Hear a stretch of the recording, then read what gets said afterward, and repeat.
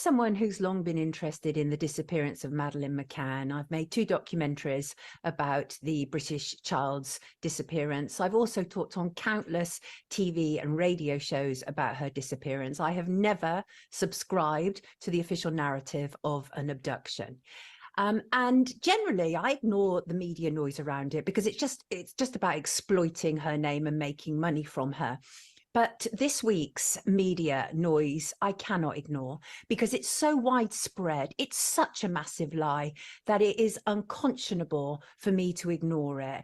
And that is, last night, BBC's Panorama ran a further documentary on the disappearance of Madeleine McCann. It was called Prime Suspect, Who Took Madeleine McCann? Now, it's very difficult for me to say that title without smiling, and I mean that in no egregious way towards Madeleine McCann, but the truth has been staring everybody in the face for an awful long time.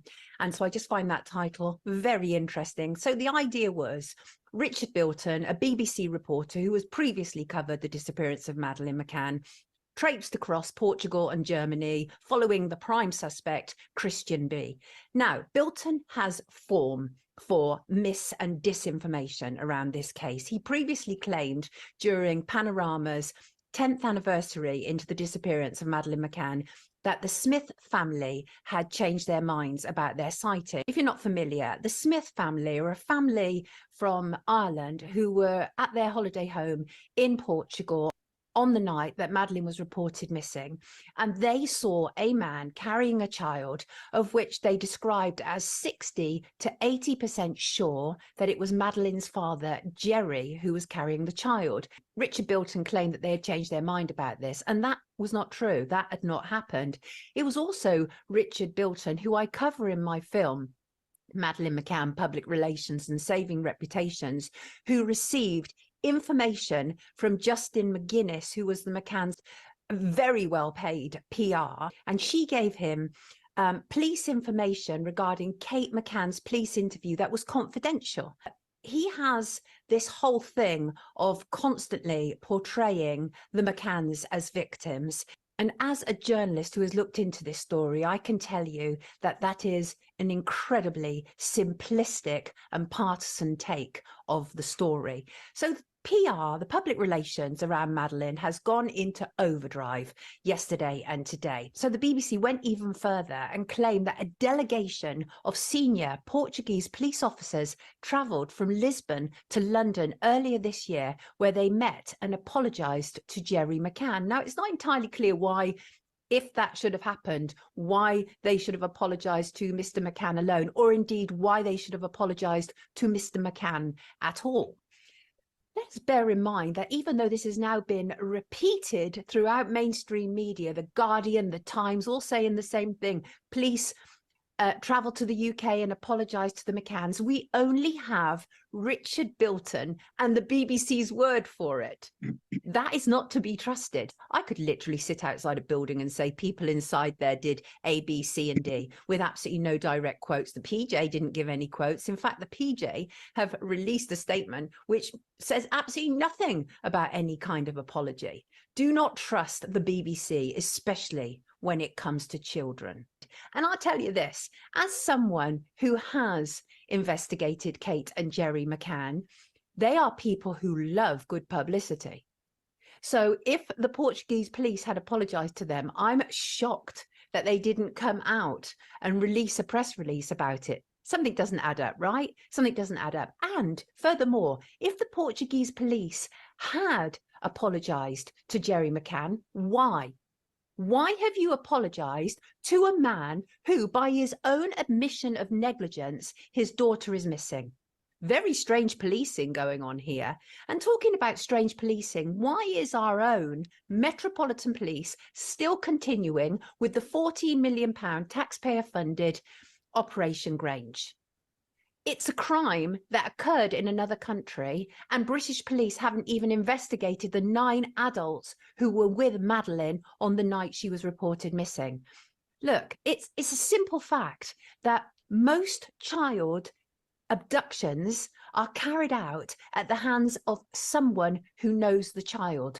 So why have the McCanns and their friends not been properly investigated by the British police? Instead, what we have is the Richard Biltons of this world given massive platforms such as the BBC in which to carry out their propaganda, which is then repeated by all of these prostitutes across mainstream media. Further, Richard Bilton's task for this current panorama is clear, and that is you must nail Christian B. Christian B, of course, is that reprehensible man who is in a German prison. Clearly a horrible man, horrible history involved in rape and violence. But the desperation of the German police and mainstream media to nail him as not only the suspect, but the man who killed Madeleine McCann is outrageous. They are literally trying to get a crime to fit an individual. Hans Wolters, the German prosecutor, is nothing but a publicist. The man adores publicity.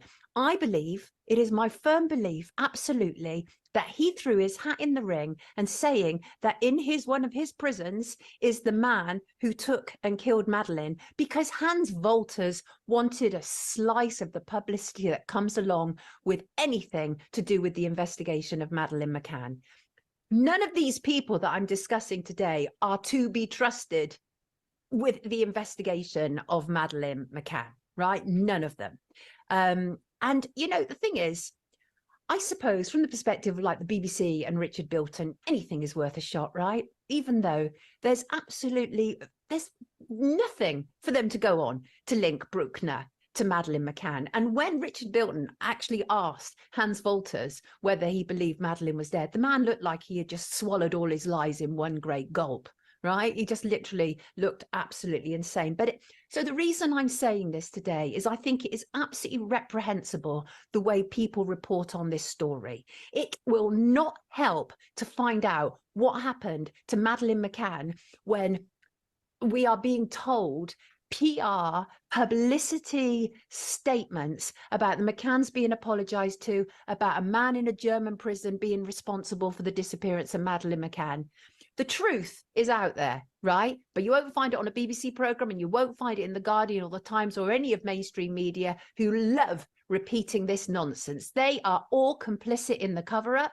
I say it here and now. I don't care. That is a fact, right? It is absolutely a fact. What about this nonsense that Richard Bilton found? A woman who had known Christian B when he was a teenager, and she told Bilton that Christian B was in a rebellious gang when he was a teenager. She said they were very rebellious and destroyed a lot of stuff. They were always out and about, escaping through windows and gone. That has been repeated all across mainstream media like it means anything. I don't know about you, but I was a pretty rebellious teenager myself, but that doesn't make me responsible for the disappearance of the world's most famous missing child. What we saw last night was a travesty. The BBC should hang their heads in shame, but I bet Kate and Jerry McCann are absolutely thrilled, because why wouldn't they be? Let's be clear, this is public relations at its absolute finest. It is such a thin, lightweight reporting that Bilton has done. And so, yes, once again, the BBC have done an amazing PR job on behalf of Kate and Jerry McCann, and the mainstream media followed suit with uncorroborated, unsubstantiated quotes from Richard Bilton, who is not and never was a recognised authority on this story. And it's fair to ask, once again, who really cares about finding out the truth of Madeleine McCann? Because let me tell you, it is not the British Broadcasting Corporation and all the other prostitutes who repeat their stories without checking. Madeleine McCann is the victim here. It is Madeleine McCann, if she was still alive, who people should be apologising to.